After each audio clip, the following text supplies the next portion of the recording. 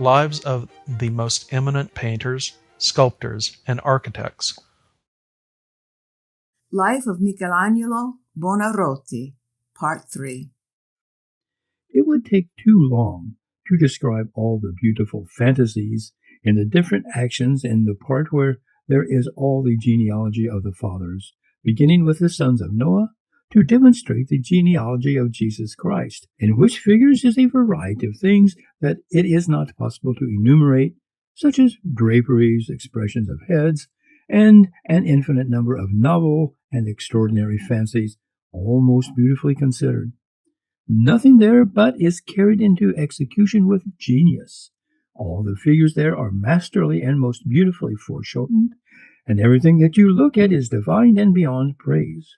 And who will not be struck dumb with admiration at the sight of the sublime force of Jonas, the last figure in the chapel, wherein by the power of art the vaulting, which in fact springs forward in accord with the curve of the masonry, yet, being in appearance pushed back by that figure, which bends forward, seems as if straight, and vanquished by the art of design with its lights and shades, even appears in truth to recede inwards. O truly happy age of ours, and truly blessed craftsmen! Well may you be called so, seeing that in our time you had been able to illumine anew in such a fount of light the darkened sight of your eyes, and to see all that was difficult made smooth by a master so marvelous and so unrivaled. Certainly the glory of his labors makes you known and honored, and that he has stripped from you that veil which you had over the eyes of your minds, which were so full of darkness, and has delivered the truth from the falsehood that overshadowed your intellects. Thank heaven, therefore, for this, and strive to imitate Michelangelo in everything. When the work was thrown open, the whole world could be heard running up to see it, and indeed it was such as to make everyone astonished and dumb. Wherefore the Pope, having been magnified with such a result, and encouraged in his heart to undertake even greater enterprises, rewarded Michelangelo liberally with money and rich gifts. And Michelangelo would say at times of the extraordinary favors that the Pope conferred upon him, that they showed that he fully recognized his worth,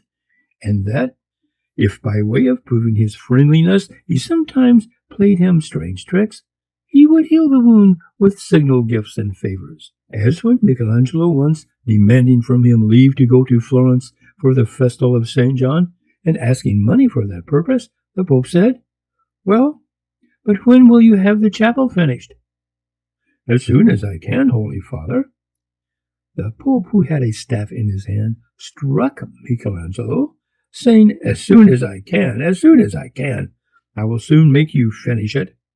Whereupon Michelangelo went back to his house to get ready to go to Florence, but the Pope straightway sent Curzio, his chamberlain, to Michelangelo with 500 crowns to pacify him,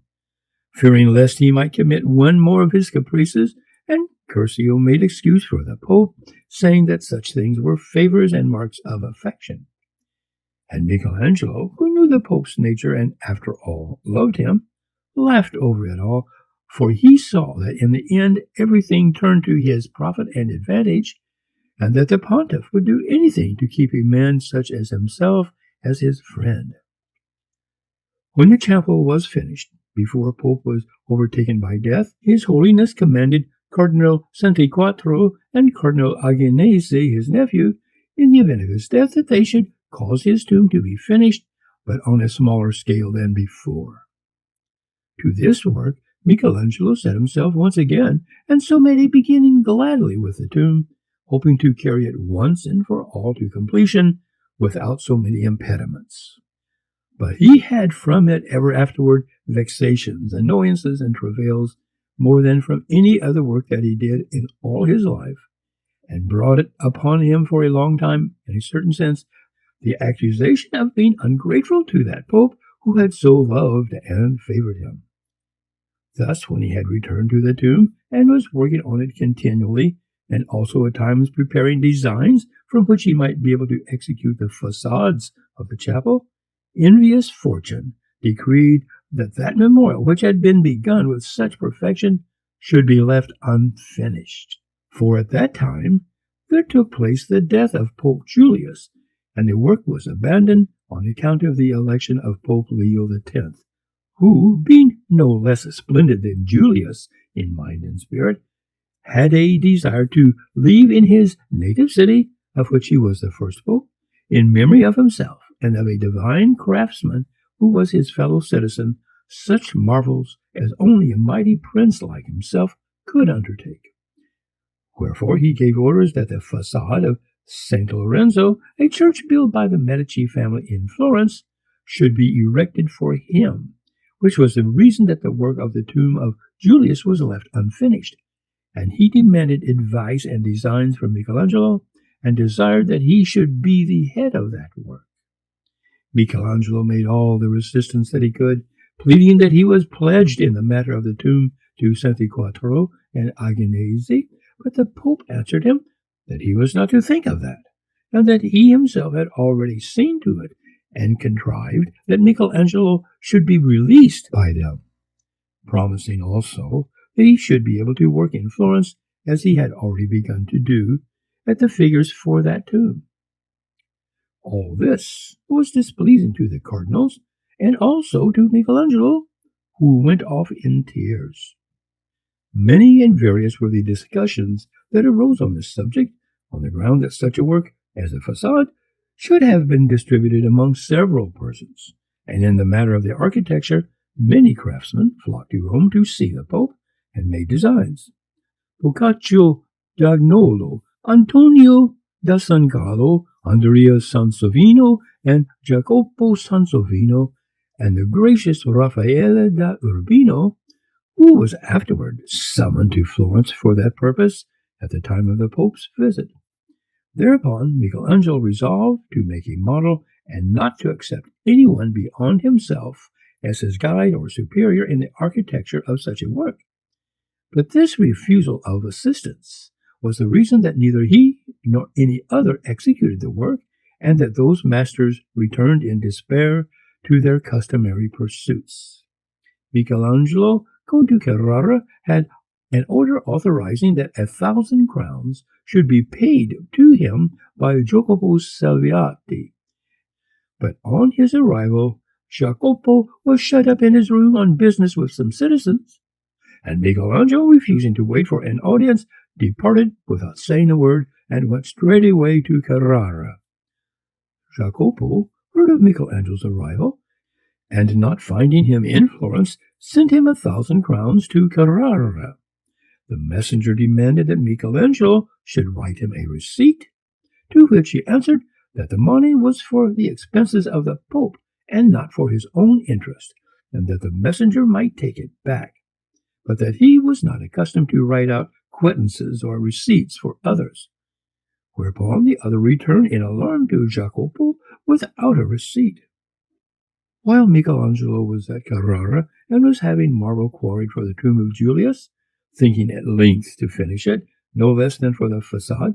a letter was written to him, saying that Pope Leo had heard that in the mountains of Pietrasanta, near Seravezza, in the Florentine dominion, at the summit of the highest mountain, which is called Monte Altissimo, there were marbles of the same excellence and beauty as those of Carrara. This Michelangelo already knew, but it seems that he would not take advantage of it because of his friendship with the Marchese Alberico, Lord of Carrara, and in order to do him a good service, chose to quarry those of Carrara rather than those of Seravezza. Or it may have been that he judged it to be a long undertaking and likely to waste much time, as indeed it did. However, he was forced to go to Seravezza, although he pleaded in protest that it would be more difficult and costly, as in truth it was, especially at the beginning, and moreover that the report about the marble was perhaps not true. But for all that, the Pope would not hear a word of objection. Thereupon it was decided to make a road for several miles through the mountains, breaking down rocks with hammers and pickaxes to obtain a level, and sinking piles in the marshy places. and there Michelangelo spent many years in executing the wishes of the Pope. Finally, 5 columns of the proper size were excavated, and one of which is on the Piazza di San Lorenzo in Florence, and the others were on the seashore. And for this reason, the Marchese Alberico, who saw his business ruined, became the bitter enemy of Michelangelo, who was not to blame. Michelangelo, in addition to these columns, excavated many other marbles there, which are still in the quarries, abandoned there for more than 30 years. But at the present day, Duke Cosimo has given orders for the road to be finished, of which there are still 2 miles to make over very difficult ground for the transportation of these marbles, and also a road from another quarry of excellent marble that was discovered at that time by Michelangelo in order to be able to finish many beautiful undertakings. In the same district as Cerveza, he discovered a mountain of variegated marble that is very hard, very beautiful, below Stazzem, a village in those mountains, where the same Duke Cosimo has caused a paved road of more than 4 miles to be made for conveying the marble to the sea.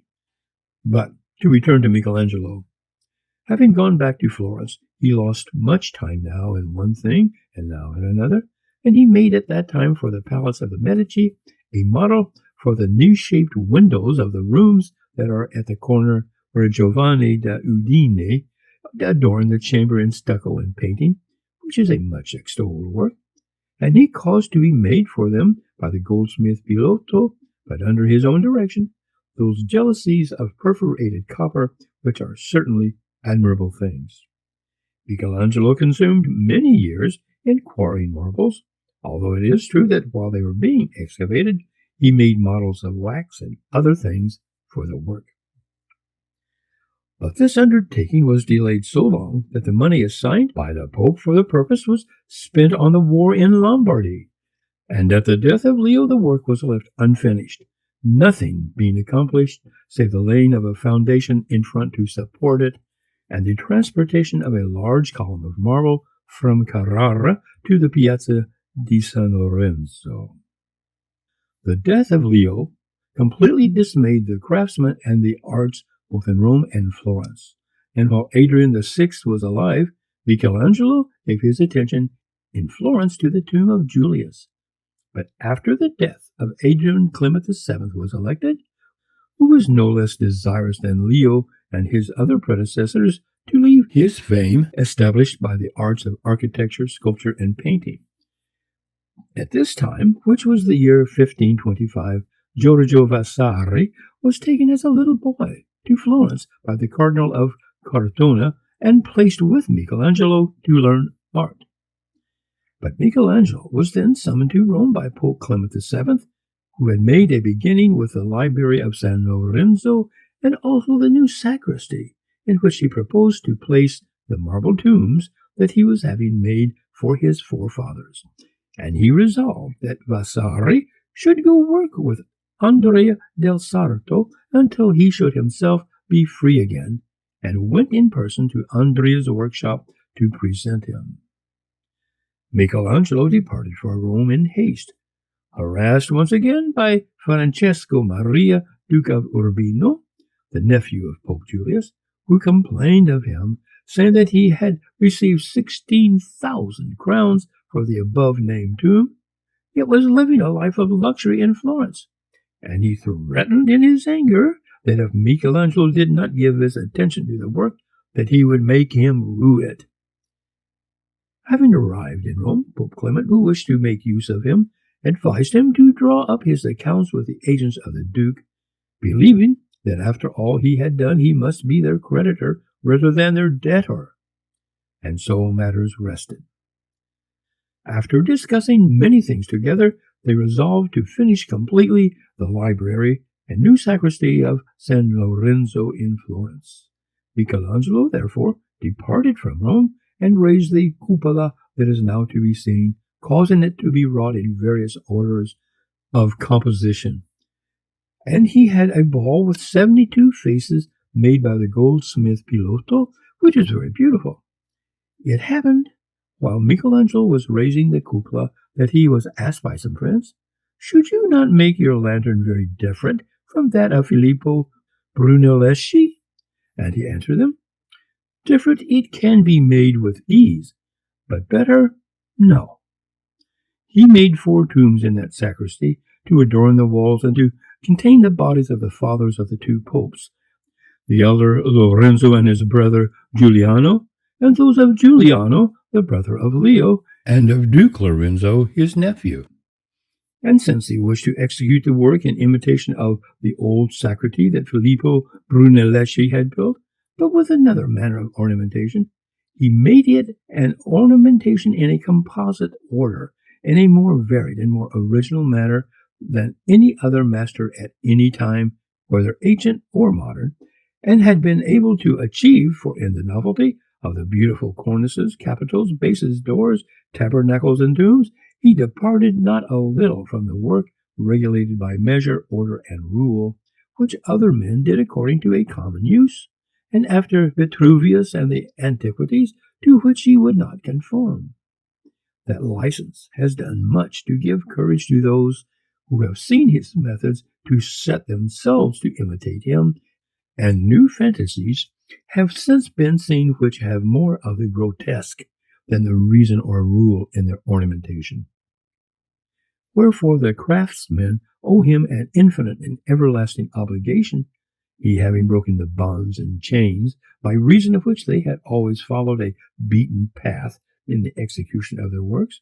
and even more did he demonstrate and seek to make known such a method afterward in the library of San Lorenzo at the same place. In the beautiful distribution of the windows, in the pattern of the ceiling, and in the marvelous entrance of the vestibule. Nor was there ever seen a more resolute grace, both in the whole and in the parts, as in the consoles, tabernacles, and cornices, nor any staircase more commodious,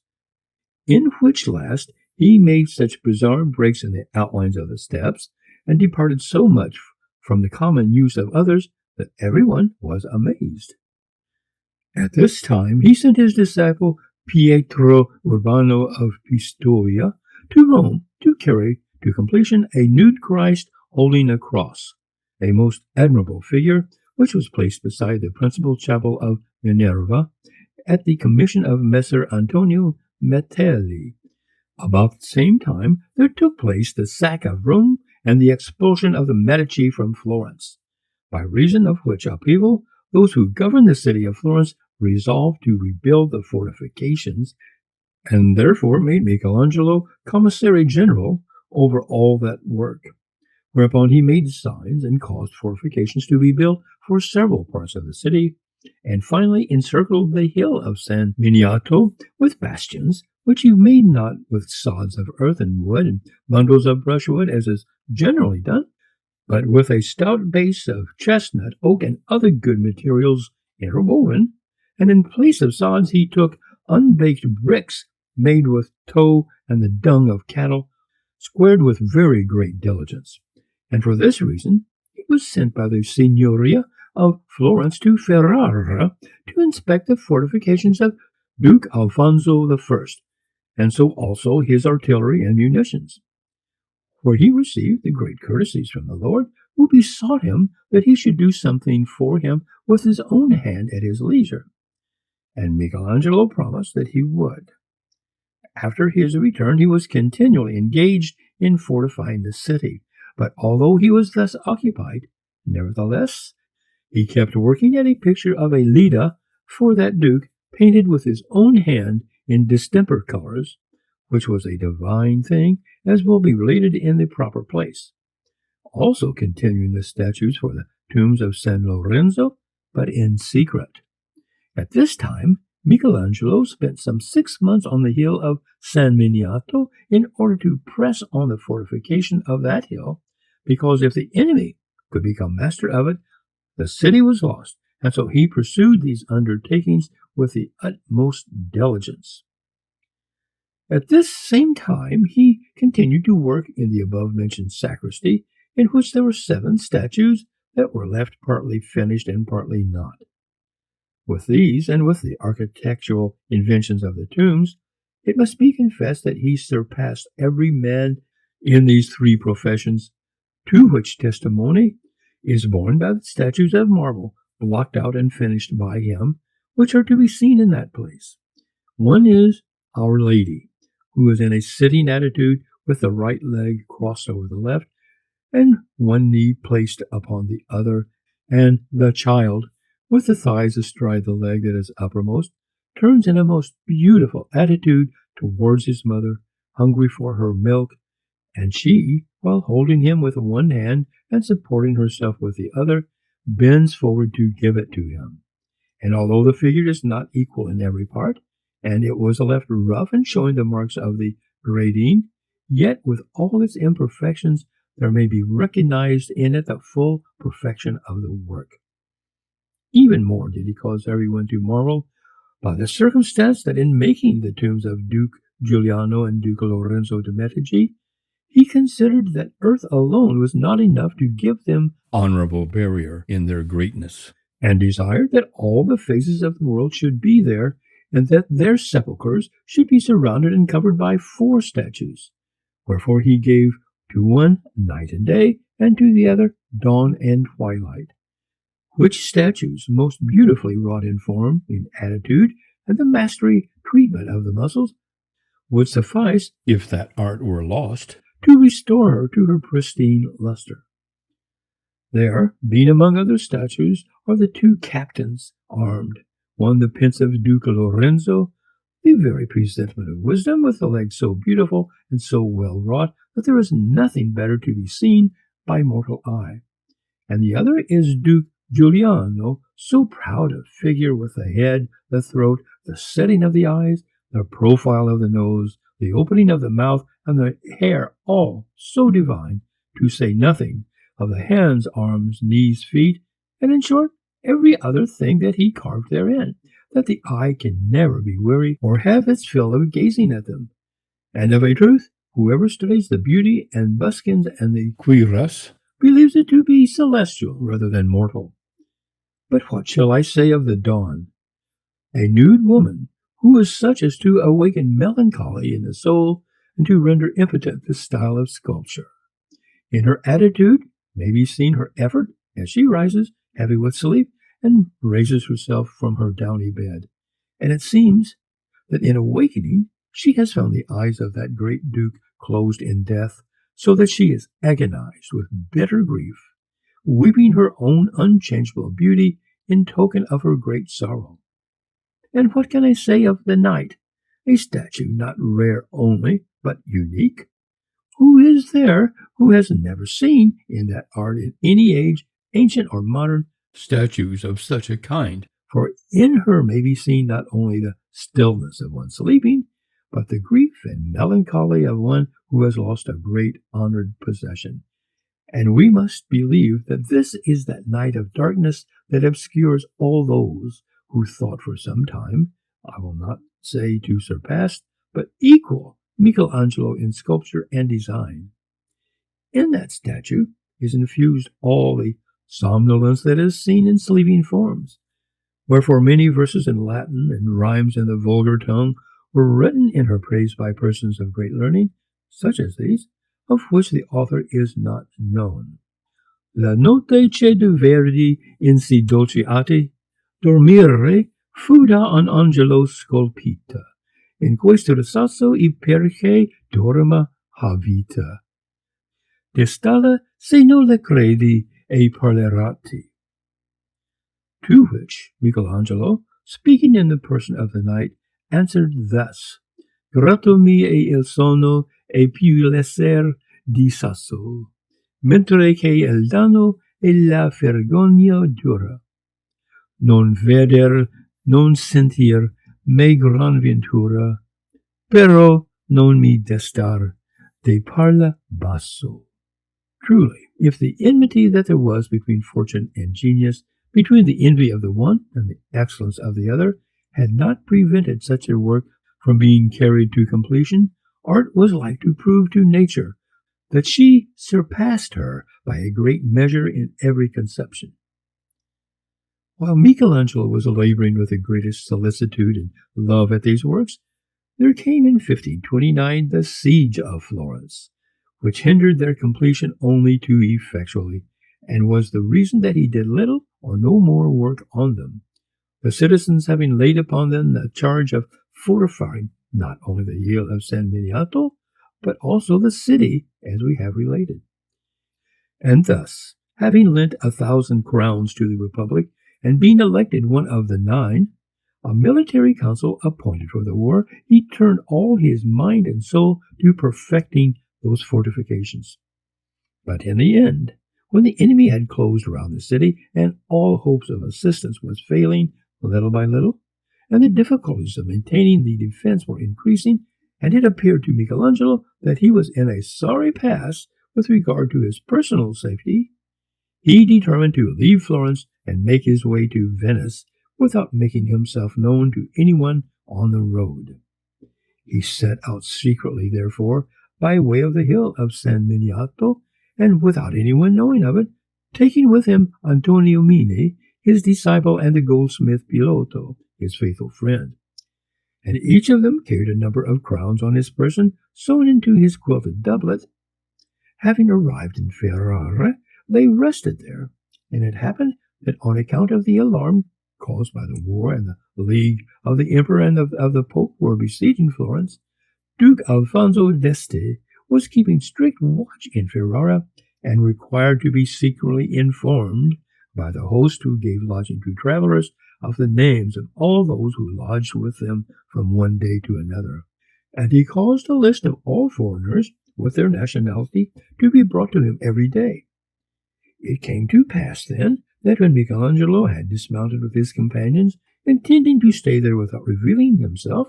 this became known in that way to the Duke, who was very glad, because he had already become his friend. That prince was a man of lofty mind, delighting constantly in persons of ability all his life long. And he straightway sent some of his first men of the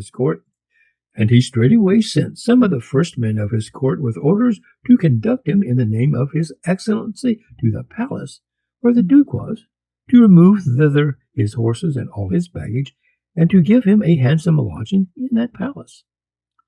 Michelangelo, finding himself in the power of another, was constrained to obey and to make the best of a bad business. And he went with those courtiers to the Duke, but without removing his baggage from the inn. Thereupon the Duke, after first complaining of his reserve, gave him a great reception, and then making him rich and honorable presents, he sought to detain him at Ferrara with a promise of a fine salary. He, having his mind set on something else, would not consent to remain, but the Duke again made him a free offer of all that was in his power, praying him that he should at least not depart as long as the war continued. Whereupon Michelangelo, not wishing to be outdone in courtesy, thanked him warmly, turning toward his 2 companions, said that he had brought 12,000 crowns to Ferrara, and that if the Duke had need of them, they were at his disposal, together with himself. The Duke then took him through the palace to divert him, as he had done on another occasion, and showed him all the beautiful things that he had there, including a portrait of himself by Tiziano, which was much recommended by Michelangelo. However, his excellency was not able to keep him in the palace, for he insisted on returning to the inn,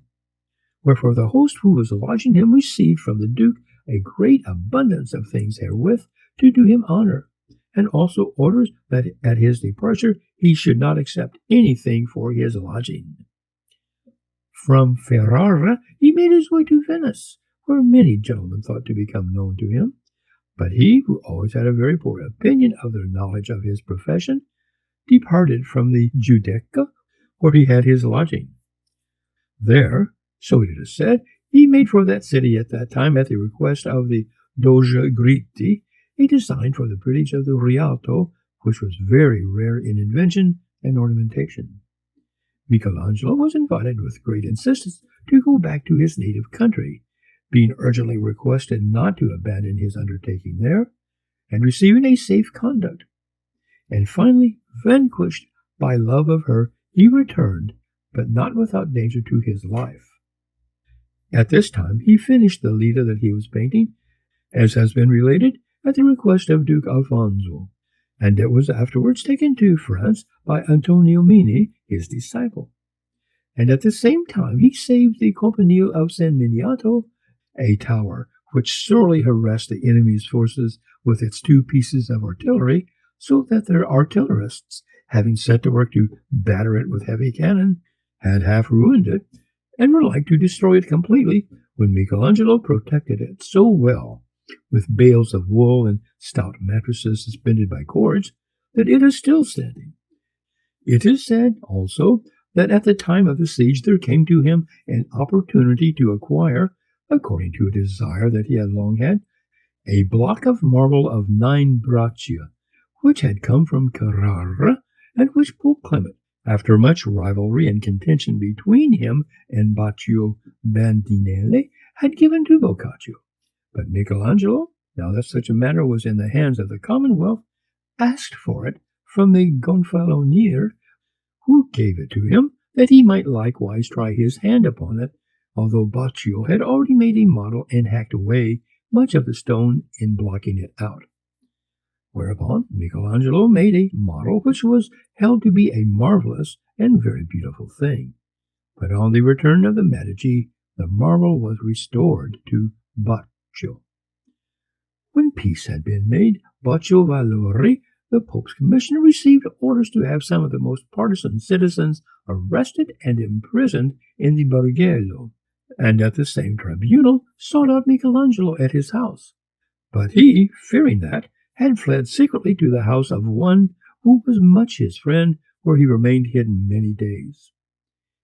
Finally, when the first fury had abated, Pope Clement, remembering the ability of Michelangelo, caused a diligent search to be made for him, with orders that nothing should be said to him, but rather that his former appointments should be restored to him, and that he should attend to the work of San Lorenzo, over which he had placed as proveditor Giovan Battista Figivani, the old servant of the Medici family and prior of San Lorenzo. Thus reassured, Michelangelo, in order to make Baccio Valori his friend, began a figure of 3 bracci in marble, which was an Apollo drawing an arrow from his quiver, and carried it almost to completion. It is now in the apartment of the Prince of Florence, and it is a very rare work, although it is not completely finished. At this time, a certain gentleman was sent to Michelangelo by Duke Alfonso of Ferrara, who, having heard that the master had made some rare work for him with his own hand, did not wish to lose such a jewel. Having arrived in Florence and found Michelangelo, the envoy presented to him letters of recommendation from that lord, whereupon Michelangelo, receiving him courteously, showed him the Leda, embracing the swan that he had painted, with castor and pollux issuing from the egg, in a large picture executed in distemper, as it were with the breath. The Duke's envoy, thinking from the praise that he heard everywhere of Michelangelo that he should have done something great, and not recognizing the excellence and artistry of that figure, said to Michelangelo, "Ah, this is but a trifle." Michelangelo, knowing that no one is better able to pronounce judgment on works than those who have had long practice in them, asked him what was his vocation, and he answered with a sneer, "I am a merchant," believing that he had not been recognized by Michelangelo as a gentleman, and, as it were, making fun of such a question, and at the same time affecting to despise the industry of the Florentines. Michelangelo, who had understood perfectly the meaning of his words, at once replied, "You will find you have made a bad bargain this time for your master. Get you gone out of my sight." Now, in those days, Antonio Mini, his disciple, who had 2 sisters waiting to be married, asked him for the Leda, and he gave it to them willingly, with the greater part of the designs and cartoons that he had made, which were divine things, and also 2 chests of models, with a great number of finished cartoons for making pictures, and some of the works that he had painted. When Antonio took it into his head to go to France, he carried all these with him, The Leda he sold to King Francis by means of some merchants, and it is now at Fontainebleau, but the cartoons and designs were lost, for he died there in a short time, and some were stolen. And so our country was deprived of all these valuable labors, which was an incalculable loss. The cartoon of the Leda has since come back to Florence, and Bernardo Vecchietti has it, and so also 4 pieces of the cartoons for the chapel, with nudes and prophets brought back by the sculptor Benvenuto Cellini, and now in the possession of the heirs of Girolamo degli Albizzi. It became necessary for Michelangelo to go to Rome to see Pope Clement, who, although angry with him yet, as the friend of every talent, forgave him everything, and gave him orders that he should return to Florence and have the library and sacristy of San Lorenzo completely finished. And in order to shorten that work, a vast number of statues that were to be included in it were distributed among other masters. 2 he allowed to Tribolo, and 1 to Raffaello and da Montelupo, and 1 to Fra Giovanni Angolo, the Servite friar, all sculptors, and he gave them assistance in these, making rough models in clay for each of them.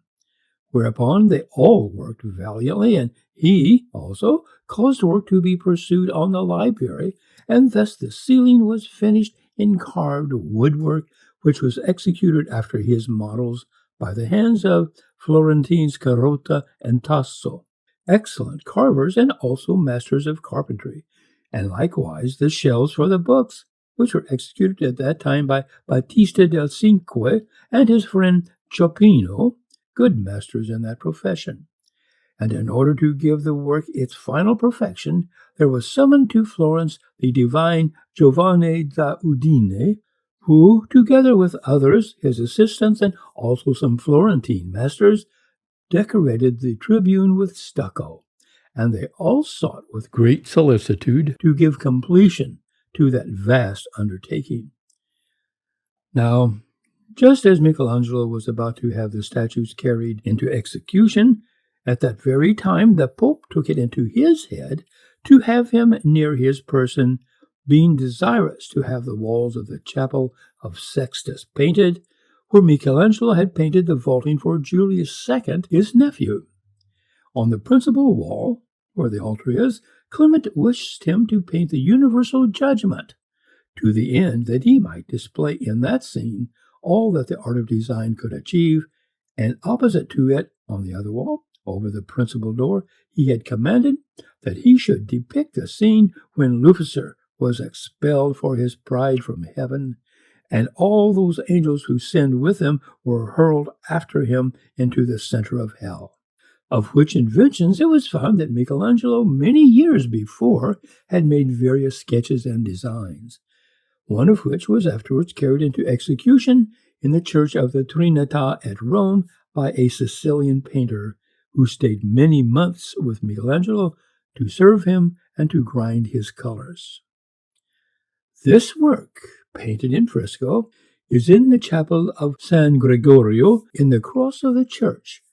and although it is executed badly, there is a certain variety and terrible force in the attitudes and groups of these nudes that are raining down from heaven, and of the others who, having fallen into the center of the earth, are changed into various forms of devils, very horrible and bizarre, and it is certainly an extraordinary fantasy. While Michelangelo was directing the preparation of the designs and cartoons of the Last Judgment on the first wall, he never ceased for a single day to be at strife with the agents of the Duke of Urbino, by whom he was accused of having received 16,000 crowns from Julius II for the tomb. This accusation was more than he could bear, and he desired to finish the work some day, although he was already an old man, and he would have willingly stayed in Rome to finish it, now that he had found, without seeking it, such a pretext not for returning any more to Florence, since he had a great fear of Duke Alessandro de' Medici, whom he regarded as little his friend, For when the Duke had given him to understand through Signor Alessandro Vitelli that he should select the best site for the building of the castle and the citadel of Florence, he answered that he would not go save at the command of Pope Clement. Finally, an agreement was formed in the matter of the tomb that it should be finished in the following manner. There was no longer to be an isolated tomb in a rectangle shape, but only one of the original facades in the manner that best pleased Michelangelo, and he was to be obliged to place in it 6 statues by his own hand. This contract that was made with the Duke of Urbino, His Excellency consented that Michelangelo should be at the disposal of Pope Clement for 4 months in the year, either in Florence or wherever he might think it fit to employ him. But although it seemed to Michelangelo that at last he had obtained some peace, he was not to be quit of it so easily, for Pope Clement, desiring to see the final proof of the force of his art, kept him occupied with a cartoon of the Judgment. However, contriving to convince the Pope that he was thus engaged, at the same time he kept working in secret, never relaxing his efforts at the statues that were going into the above-named tomb. In the year 1533 came the death of Pope Clement, whereupon the work of the library and sacristy in Florence, which had remained unfinished in spite of all the efforts to finish it, was stopped. Then, at length, Michelangelo thought to be truly free and able to give his attention to finishing the tomb of Julius II. But Paul III, not long after his election, had him summoned to his presence, and besides paying him compliments and making him offers, requested him to enter his service and remain near his person. Michelangelo refused, saying that he was not able to do it, being bound by contract to the Duke of Urbino until the tomb of Julius could be finished. The Pope flew into a rage and said, "I have had this desire for 30 years, and now that I am Pope, do you think I shall not satisfy it? I shall tear up the contract, for I am determined to have you serve me, come what may." Michelangelo, hearing this resolution, was tempted to leave Rome and in some way find means to give completion to the tomb. However, fearing like a wise man the power of the Pope, he resolved to try to keep him pacified with words, seeing that he was so old, until something should happen. The Pope, who wished to have some extraordinary work executed by Michelangelo, went one day with 10 cardinals to visit him at his house, where he demanded to see all the statues for the tomb of Julius, which appeared to him marvelous, and particularly the Moses, which figure alone was said by the Cardinal of Mantua to be enough to do honor to Pope Julius. After seeing the designs and cartoons that he was preparing for the wall of the chapel, which appeared to the Pope to be stupendous, he again besought Michelangelo with great insistence that he should enter his service, promising that he would persuade the Duke of Urbino to content himself with 3 statues, and that the others should be given to other excellent masters to execute after his models. Whereupon, His Holiness, having arranged this with the agents of the Duke, a new contract was made, which was confirmed by the Duke, and Michelangelo, of his own free will, bound himself to pay for the other 3 statues, and to have the tomb erected, depositing for this purpose in the bank of Strozzi 1,580 ducats. This he might have avoided, and it seemed to him that he had truly done enough to be free of such a long and troublesome undertaking, and afterwards he caused the tomb to be erected in San Pietro in Vincola in the following manner. He erected the lower base, which was all carved, with 4 pedestals which projected outward as much as was necessary to give space for the captive that was originally intended to stand on each of them, instead of which there was left a terminal figure, And since the lower part had thus a poor effect, he placed at the feet of each terminal figure a reversed console resting on the pedestal. Those 4 terminal figures, and between them 3 niches, 2 of which, those at the sides, were round, and were to have contained the victories. Instead of the victories, he placed in one Leah, the daughter of Laban, to represent the active life, with a mirror in her hand to signify consideration that we should give to our actions, and in the other hand a garland of flowers to denote the virtues that adorn our life during its duration and make it glorious after death. And the other figure was her sister Rachel, representing the contemplative life, with the hands clasped and one knee bent, on the countenance a look of ecstasy of spirit. These statues Michelangelo executed with his own hand in less than a year. In the center is the other niche, rectangular in shape, which in the original design was to have been one of the doors that were to lead into the little oval temple of the rectangular tomb. This having become a niche, there is placed in it, upon a dado of marble, the gigantic and most beautiful statue of Moses,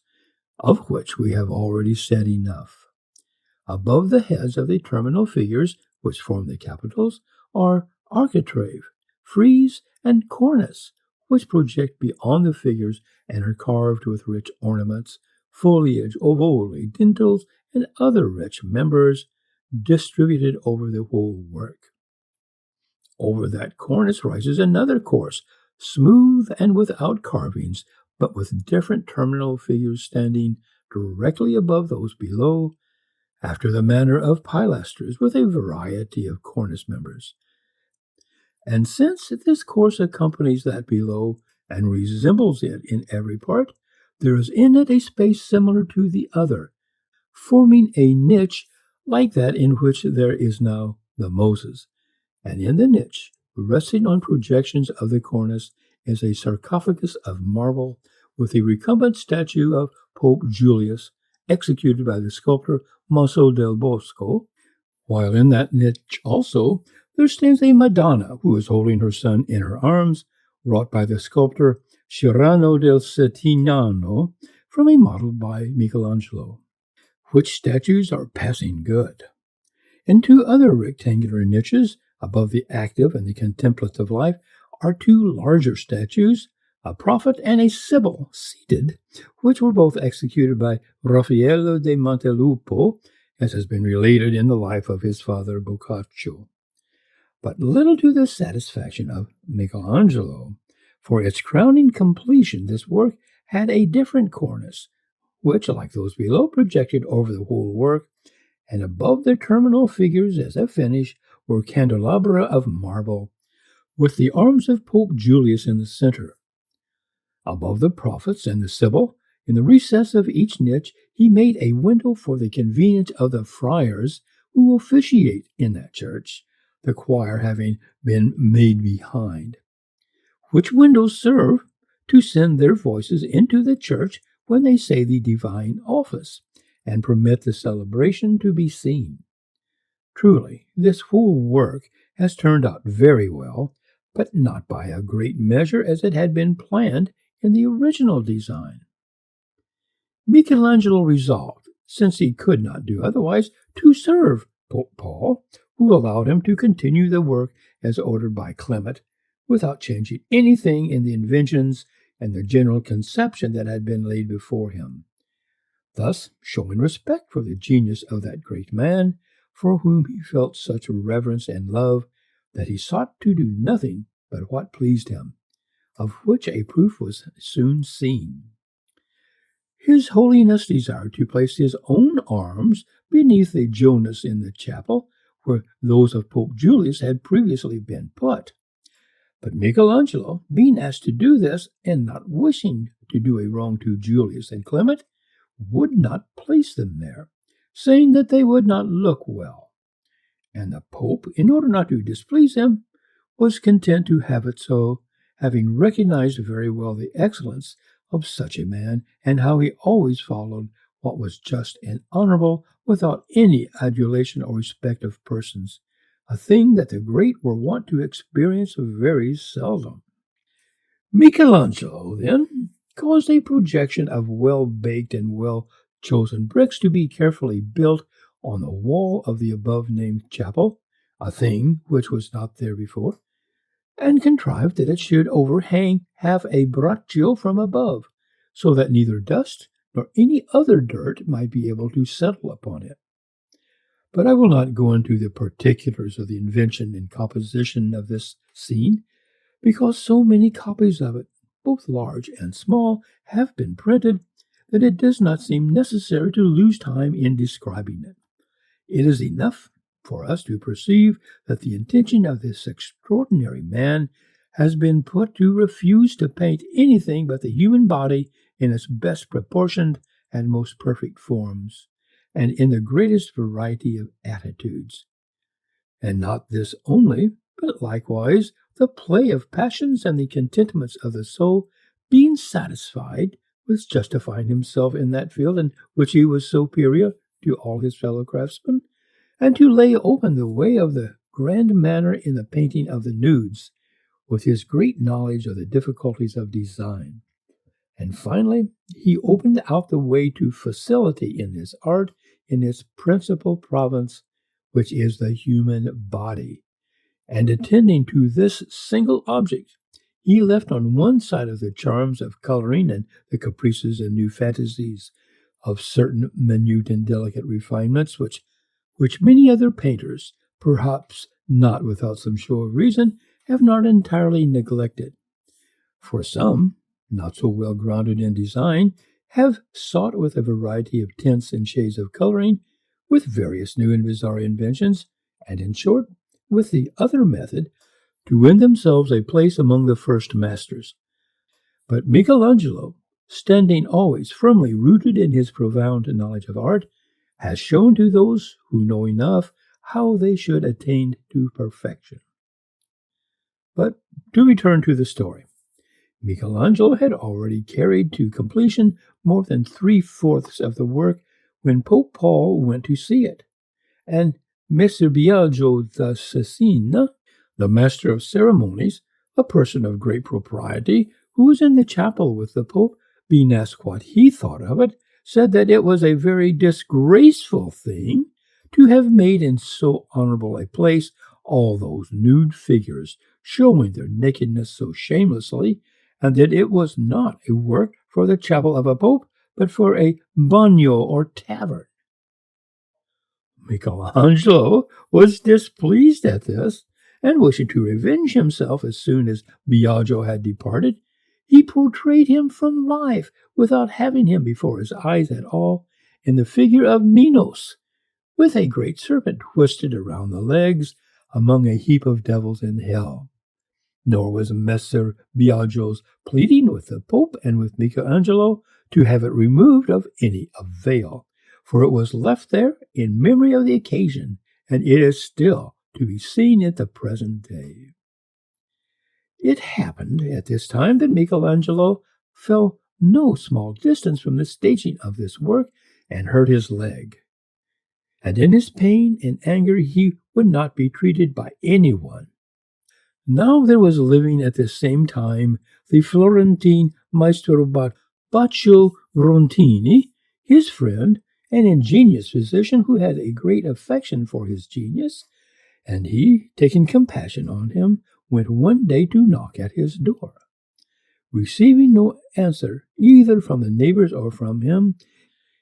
he so contrived to climb by certain secret ways from one room to another that he came to Michelangelo, who was in a desperate state. And then Maestro Biagio would never abandon him or take himself off until he was cured. Having recovered from this injury, he returned to his labor, and working at it continually, he carried it to perfect completion in a few months, giving such force to the paintings and the work that he justifies the word of Dante, morti li morti, I vivi parian vivi. And here Also may be seen the misery of the damned and the joy of the blessed. Wherefore, when this judgment was thrown open to view, it proved that he had not only vanquished all the earlier masters who had worked there, but that he had sought to surpass the vaulting that he himself had made so famous, excelling it by great measure and outstripping his own self. For he imagined to himself the terror of those days, and depicted, for the greater pain of all who have not lived well, the whole passion of Christ, causing various naked figures in the air to carry the cross, the column, the lance, the sponge, the nails, and the crown of thorns, all in different attitudes, executed to perfection in a triumph of facility over their difficulties. In that scene is Christ seated, with a countenance proud and terrible, turning towards the damned and cursing them,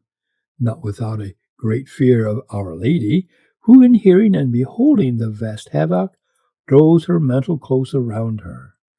There are innumerable figures, prophets and apostles, that form a circle about him, and in particular Adam and St. Peter, who are believed to have been placed there, one as a first parent of those thus brought to judgment, and the other as having been the first foundation of the Christian Church. And at his feet is the most beautiful St. Bartholomew, who is displaying his flayed skin. There is likewise a nude figure of St. Lawrence, besides which there are multitudes of saints without number, both male and female, and other figures, men and women around him, near or distant, who embrace one another and make rejoicing, having received eternal blessedness by the grace of God as a reward for their works. Beneath the feet of Christ are the 7 angels with the 7 trumpets described by St. John the Evangelist, who, as they sound the call to judgment, cause the hair of all who behold them to stand on end at the terrible wrath that their countenances reveal. Among others are 2 angels that have each the book of life in their hands, and near them, on one side, not without beautiful consideration, are seen the 7 mortal sins in the forms of devils, assailing and striving to drag down to hell the souls that are flying toward heaven, all with very beautiful attitudes and most admirable foreshortenings. Nor did he hesitate to show to the world, in the resurrection of the dead, how they take to themselves flesh and bones once more from the same earth, and how, assisted by others already alive, they go soaring toward heaven, whence succor is brought to them by certain souls already blessed. Not without evidence of all those marks of consideration that could be thought to be required in so great a work. For studies and labors of every kind were executed by him, which may be recognized throughout the whole work without exception, and this is manifested with particular clearness in the bark of Charon, who, in attitude of fury, strikes with his oars at the souls dragged down by the devils into the bark, after the likeness of the picture that the master's best-loved poet Dante described when he said, Chiron, demonio con occhi di braccia, loro assentando tutte la raccogli, batte con semo qualunque si adagio. Nor would it be possible to imagine how much variety there is in the heads of those devils, which are truly monsters from hell. In the sinners may be seen sin and the fear of eternal damnation, and, to say nothing of the beautiful of every detail, it is extraordinary to see so great a work executed with such harmony of painting that it appears as if done in one day and with such finish as was ever achieved in any miniature.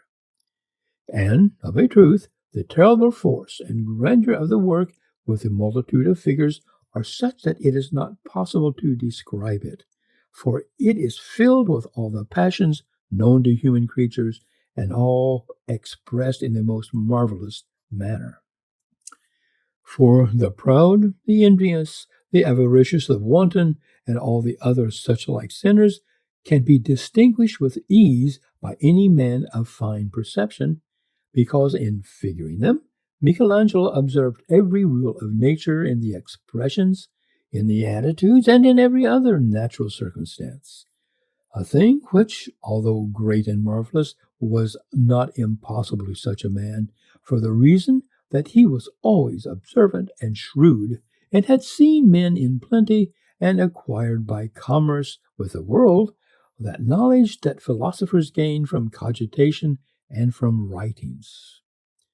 Wherefore, he who has judgment and understanding in painting perceives there the most terrible force of art, and sees in those figures such thoughts and passions as were never painted by any other but Michelangelo. So also, he may see there how the variety of innumerable attitudes is accomplished in the strange and diverse gestures of young and old, male and female, and who is there who does not recognize in these the terrible power of his art, together with the grace that he had from nature, since they move the hearts not only of those who have knowledge in that profession, but even of those who have none. There are foreshortenings that appear as if in relief, a harmony of painting that gives great softness and fineness in the parts painted by him with delicacy, all showing in truth how pictures executed by good and true painters should be, and in the outlines of the forms turned by him in such a way as could not have been achieved by any other but Michelangelo, may be seen in the true judgment and the true damnation and resurrection. This is for our art the exemplar and the grand manner of painting sent down to men on earth by God, to the end that they may see how destiny works when intellects descend from the heights of heaven to earth, and have infused in them divine grace and knowledge. This work leads, after it bounds and change, those who persuaded themselves that they have mastered art, and at the sight of the stroke drawn by him in the outlines of no matter what figure, every sublime spirit, however mighty in design, trembles and is afraid. And while the eyes gaze at his labors and his work, the senses are numbed at the mere thought of what manner of things all other pictures, those painted and those still unpainted, would appear if placed in comparison with such perfection. Truly blessed may he be called, and blessed his memories, who has seen this truly stupendous marvel of our age. Most happy and most unfortunate Paul III, in that God granted him under thy protection should be acquired the renown that the pens of writers shall give to his memory and thine. How highly are thy merits enhanced by his genius, and what good fortune have the craftsmen had in this age from his birth, in that they have seen the veil of every difficulty torn away, and have beheld in the pictures, sculptures, and architectural works executed by him all that can be imagined and achieved. He toiled 8 years over executing this work, and threw it open to view in the year 1541, I believe, on Christmas Day, to the marvel and amazement of all Rome, nay, of the whole world. And I, who was that year in Venice and went to Rome to see it, was struck dumb by its beauty. Pope Paul, as has been related, had caused a chapel to be called the Pauline to be erected on the same floor by Antonio de Sangallo, in imitation of that of Nicholas V, and in this he resolved that Michelangelo should paint the 2 great pictures with 2 large scenes. In one he painted the conversion of St. Paul with Jesus in the air, and a magnitude of nude angels making most beautiful movements, and below, all dazed and terrified, Paul fallen from his horse to the level of the ground, with his soldiers about him, some striving to raise him up, and others, struck with awe by the voice of splendor of Christ, are flying in beautiful attitudes and marvelous movements of panic, while the horse, taking to flight, appears to be carrying away in its headlong course him who seeks to hold it back. And this whole scene is executed with extraordinary design and art. In the other picture is the crucifixion of St. Peter, who is fixed, a nude figure of rare beauty, upon the cross, showing the ministers of the crucifixion, after they have made a hole in the ground, seeking to raise the cross on high, to the end that he may remain crucified with his feet in the air. And there are many remarkable and beautiful considerations. Michelangelo, has been said elsewhere, gave his attention only to the perfection of art, and therefore there are no landscapes to be seen there, nor trees, nor buildings, nor any other distracting graces of art, for to these he never applied himself, as one perchance who would not abase his great genius to such things. These, executed by him at the age of 75, were his last pictures, and, as he used himself to tell me, they cost him much fatigue, for the reason that painting, and particularly working in fresco, is no art for men who have passed a certain age. Michelangelo arranged that Perino del Vaga, a very excellent painter, should decorate the vaulting with stucco and with many things in painting after his designs, and such also was the wish of Pope Paul III. But the work was afterwards delayed, and nothing more was done, even as many undertakings are left unfinished, partly by the fault of want of resolution of the craftsman, and partly by that of princes little zealous in urging them on. Pope Paul had made a beginning with the fortifying of the Borgo, and had summoned many gentlemen, together with Antonio de Sangallo, to a conference. But he wished that Michelangelo also would have a part in this, knowing that the fortifications about the hill of San Miniato in Florence had been constructed under his direction. After much discussion, Michelangelo was asked what he thought, and he, having opinions contrary to Sangallo and many others, declared them freely. Whereupon Sangallo said to him that his arts were sculpture and painting, and not fortification. Michelangelo replied that of sculpture and paintings he knew little, but of fortification, what with the thought that he had devoted to it for a long time, and his experience in what he had done, it appeared to him that he knew more than either Antonio or any of his family, showing him in the presence of the company that he had made many errors in that art. Words rising high on either side, the Pope had to command silence. But no long time passed before Michelangelo brought a design for all the fortifications of the Borgo, which laid open the way for all that has since been ordained and executed. And this was the reason that the great gate of San Spirito, which was approaching completion, under the direction of Sangallo, was left unfinished.